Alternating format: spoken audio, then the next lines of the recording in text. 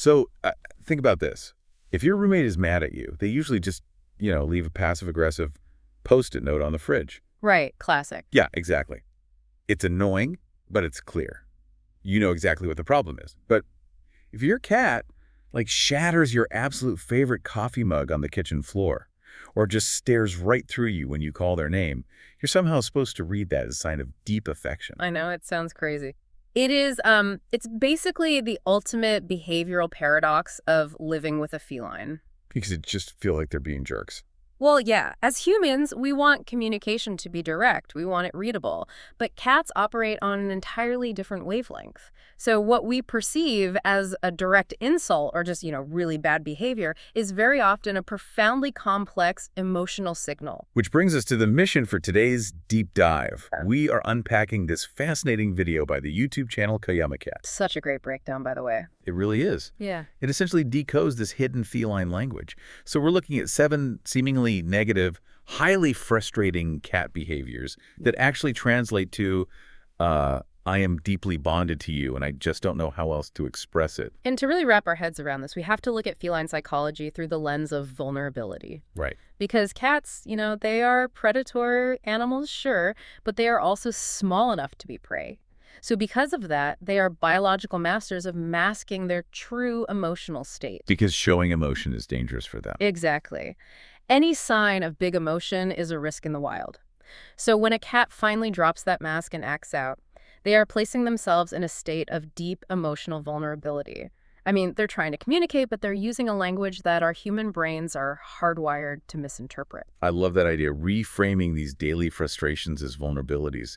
It feels like getting security clearance into a club that only a cat's most trusted humans ever get to see. Yeah, it's a VIP pass for sure. Right. So I want to jump right into the behaviors that actively disrupt our daily lives, starting with what the video calls the silent test. Oh, this one is infuriating. It really is. Picture this. You just poured a fresh cup of coffee, you set it on the table, and your cat slowly walks up, locks eyes with you, and just bats it into the abyss. The slow, deliberate swat. Yes.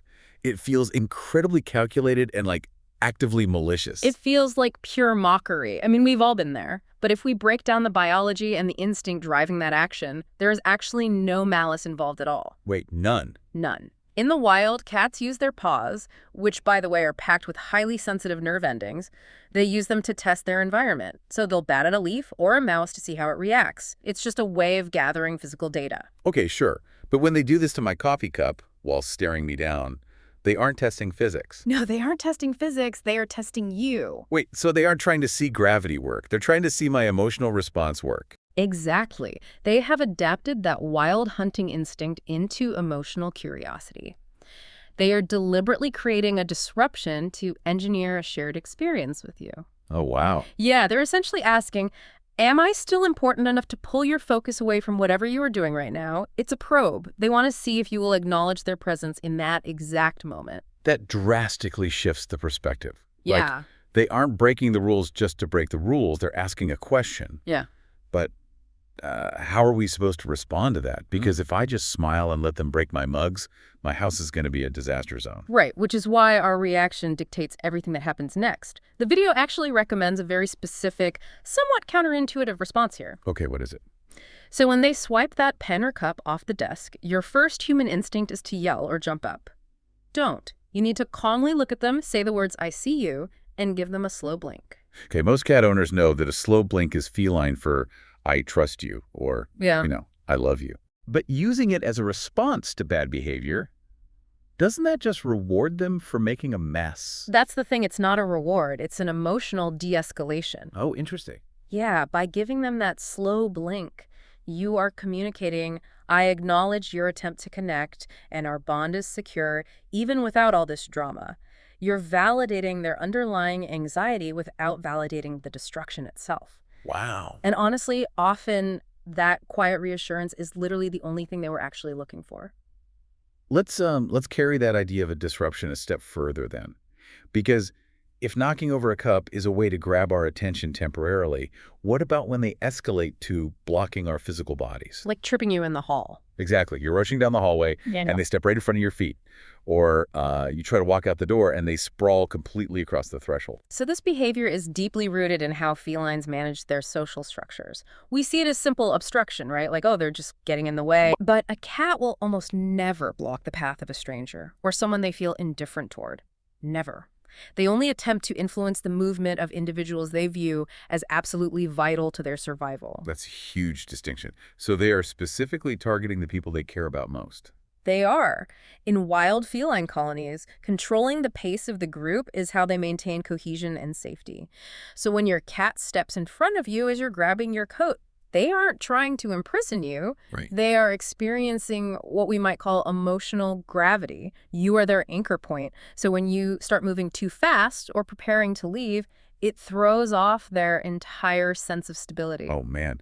So they are trying to literally slow down a moment that they aren't ready to let go of. Precisely. Emotional gravity. Yeah. I need to wrap my head around that. It actually reminds me a lot of a toddler hiding your car keys when you're rushing out the door for work. Oh, that's a great analogy. Right. Because the toddler doesn't have any, malicious intent to ruin your commute. And they certainly can't overpower you physically. It's just the only leverage they have over your timeline to keep you close to them. That is a brilliant way to conceptualize it. Time and pace are literally the only levers they can pull. They know they can't lock the door and keep you inside. But they can't ask you to linger for just a few seconds longer. That breaks my heart a little bit. It does.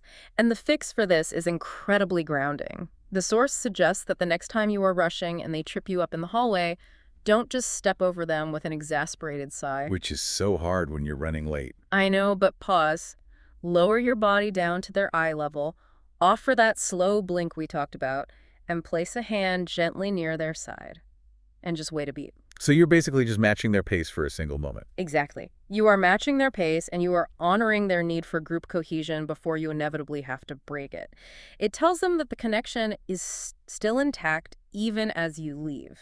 Okay, so if stepping in front of us is a temporary way to claim our time, it feels like they also have much more permanent ways of claiming our lives, specifically our physical space.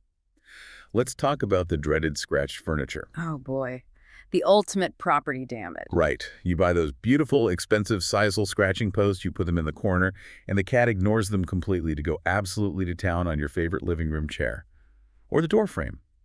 How on earth do we spin property damage into a compliment? Well, we spin it by looking at the biological mechanics of what a scratch actually is. See, we view it visually. We see shredded fabric and we get mad. But cats view it chemically. Chemically. Yeah. Cats have interdigital scent glands located right between their toes. So when they drag their claws down your sofa, they aren't just sharpening their nails, they are forcefully depositing pheromones deep into the fibers of that object. It is essentially an emotional signature. Wait, so they are literally leaving a chemical message behind. A highly specific message, yes. Territorial cats will purposefully scratch spaces that belong to emotionally significant individuals. They are marking what they view as shared territory. Ah. So that ruined armrest. That's their way of signing a legally binding document that says, you and I live here, this space is undeniably ours. Okay, I hear the biology, but I have to push back on this one. Go for it. If this is just a sweet chemical signature of our bond, why does my cat consistently choose my most expensive armchair? And specifically wait for the exact moment I'm on a high-stress Zoom call to start ripping it to shreds? Why not scratch the cheap rug when we're just chilling out? That is such a common experience, and it actually comes down to physiological arousal and how cats read energy. Yep. Cats don't understand the monetary value of an armchair, Obviously. but they do understand its energetic weight. You spend a lot of time in that chair. It is heavily saturated with your scent. And when you are on that stressful Zoom call, your heart rate elevates, your breathing changes, and your energetic output spikes. Oh, I see where this is going. Yeah. Your cat senses that heightened state in the room. So they respond by matching your intensity. They reinforce their bond to you into that heavily scented territory in that exact moment. They choose the chair because they know you value it, and they scratch it right then because they feel your energy surging. So they're basically just matching my freak. That is wild! They absolutely are matching your freak. And the practical takeaway here is that you cannot fight the geography of an emotional signature. Meaning what? The video suggests placing a scratching post exactly where they are already scratching, not tucked away in a corner where it looks nice, but right in front of that expensive chair. Oh, right in the middle of the room. Yep. And to complete the circuit, drape a piece of your worn clothing over the post. Oh, so by doing that, I'm mixing my scent with the post to make it an acceptable substitute. Exactly. You are signaling in their language, I accept your message. I agree this is our shared space. Let's use this object to mark it instead. That makes a lot of sense. So we've covered how they use physical destruction to mark territory. Let's shift to how they use auditory disruption. Excessive meowing. The sirens. Yes. Yeah. Loud, repetitive, sometimes entirely unprompted. It can drive you absolutely crazy. It can. But the mechanism behind meowing is actually one of the most fascinating evolutionary quirks in domestic animals. We just assume it's how cats talk, right? Yeah. But adult cats do not meow at other cats to communicate. I think most seasoned cat owners have heard that fact at some point, but what is the actual biology behind it? Like, why do they suddenly go mute with their own species but scream at us? It's a phenomenon related to neoteny, which is basically the retention of juvenile traits into adulthood. Okay. Vocalizing with a meow is strictly an infant survival behavior. Kittens use it to alert their mothers that they are cold, hungry, or in danger. But once they mature, they phase that vocalization out completely when dealing with other adult felines. They rely on body language, scent, and completely different vocalizations like yowls or hisses. Right. The meow is retained almost exclusively to hack the human caregiving response. Wait, hack. Hmm. So every time an adult cat sits in the middle of the kitchen and meows at me, they are actively regressing to a childlike state of vulnerability. They are returning to an infant behavior. Yeah. So when they are pacing the room, staring at you, and vocalizing relentlessly, they aren't usually just making simple demands for food. They are attempting to share an emotional load. Share an emotional load. Yeah, they are experiencing an internal feeling boredom, anxiety, overstimulation, and they are literally handing it to you, asking for comfort or validation. So they are venting to us. They are venting to the only species they trust enough to be vulnerable with. And the recommended fix from the source is incredibly simple. I'm guessing it's not yelling back. Definitely not. Don't yell at them to quiet down, and don't immediately start throwing treats at them to silence the noise either. Just softly whisper, I'm here. A whisper. A low, calm whisper. It acknowledges the emotional load they just handed you without escalating the energy of the room. Okay, we've talked about how they use their voice to demand our emotional bandwidth. Ah. But what happens when that demand turns physical? And, frankly, painful. Because if loud meows are noisy declarations of love, we have to talk about the times when their love leaves a mark. Let's look at biting and nipping. Right, because as humans, we view a bite as an aggressive attack. Which it is. And a hard defensive bite certainly is. But among bonded cats, softer biting and nipping is a really complex social tool. It's used in mutual grooming, to initiate play, but most importantly, to test the boundaries of a relationship. It serves as a gauge. Look, I have a really hard time accepting that an ankle bite is a compliment. If a human bit my ankle in the hallway, I wouldn't think they were checking our bond's resilience. I think they were trying to take me down. Which is a completely fair human reaction, because human biting is always aggression. Yeah. But biologically, cats use their mouths as hands. So when a bonded cat nips you gently and then stops to stare at you, they are asking a behavioral question. They're asking, is our connection strong enough to handle raw, unpolished interaction? The video actually shared a profound anecdote from a viewer to illustrate this. Oh, what was it?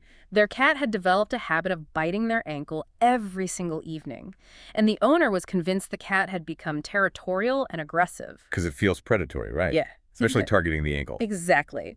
But when they analyzed the pattern, they realized the bite only happened when the owner was rushing past the cat in the hallway during a very specific evening routine. Okay. It wasn't an aggressive ambush at all. It was a physical plea. The cat was saying, we usually interact right now. Don't run away from our routine. That's fascinating. But practically speaking, if I'm walking down the hall and a cat bites my ankle, my immediate biological reflex is to jerk my leg away. How do you de-escalate that without ruining the trust? That reflex is exactly what causes the problem. If you pull away fast, your movement mimics the behavior of fleeing prey. Oh, no. Yeah, you instantly trigger their predatory pursuit instinct, and then a gentle nip escalates into a real bite. Right. The countermeasure is stillness. You have to calmly pause, stop moving entirely, softly say easy, and just stand your ground. Just freeze. Just freeze. You are proving to them that you can absorb their intense engagement without panicking, fleeing, or getting angry. Okay, so if biting is this hyperactive, intense physical engagement, how do we explain when they do the exact opposite? The silent treatment. Yes, behavior number 6 from the video is when they completely ignore you.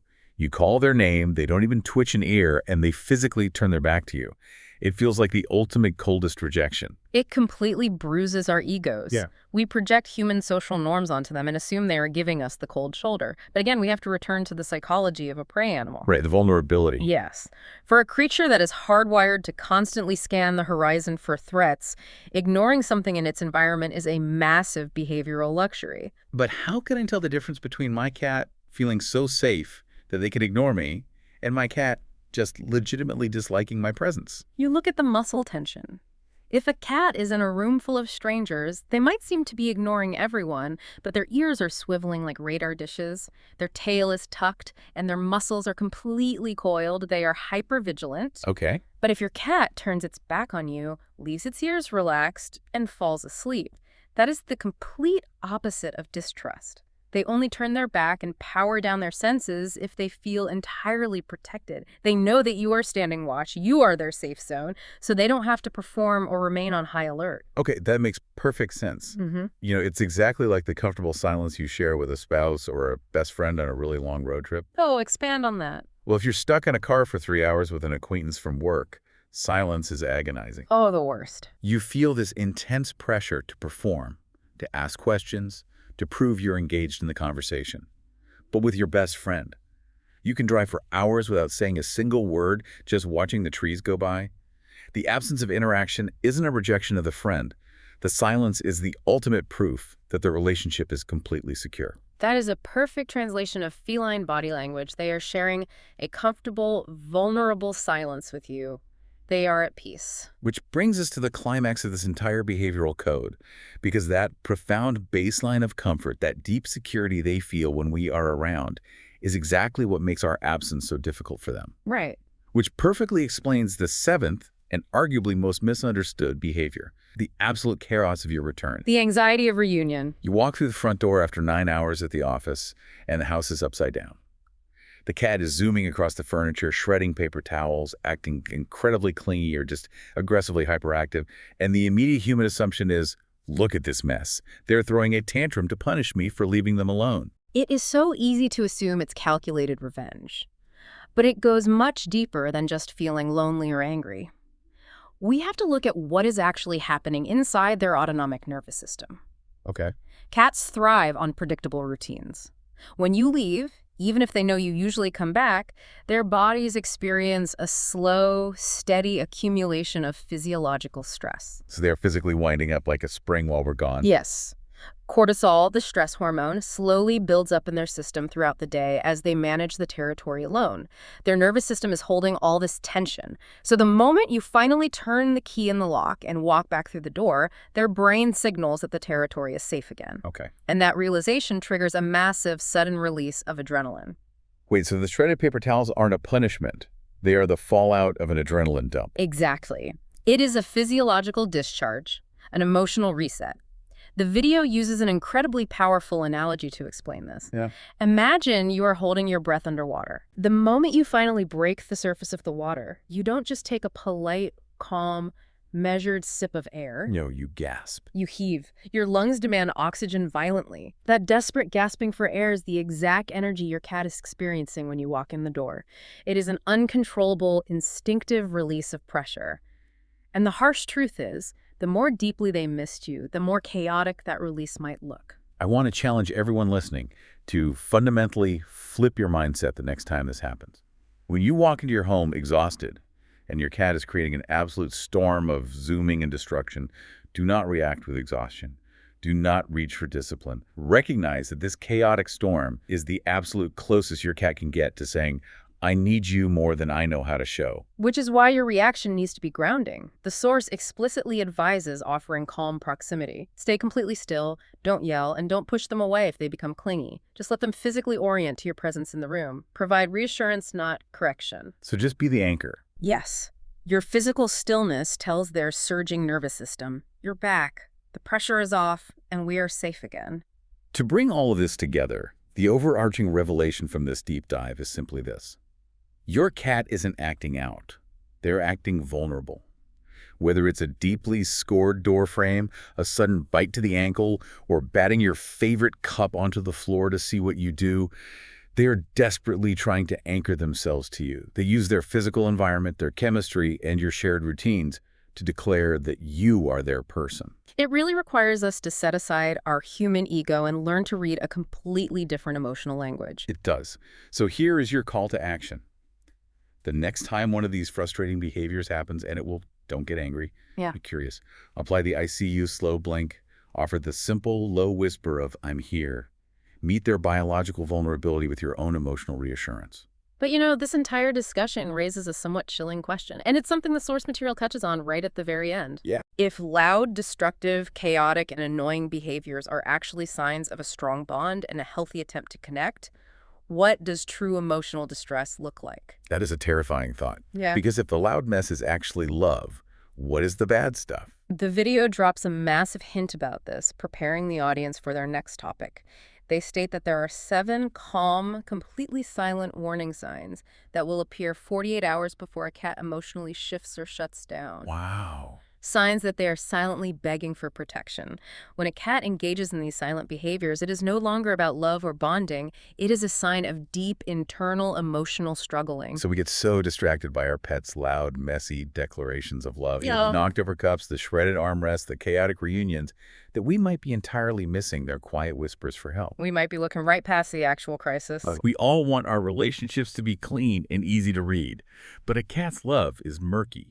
It's confusing. It looks like a shattered coffee cup on the kitchen tile.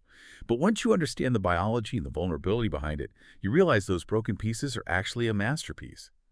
Keep that in mind the next time you find your keys swatted under the rug. Catch you on the next deep dive.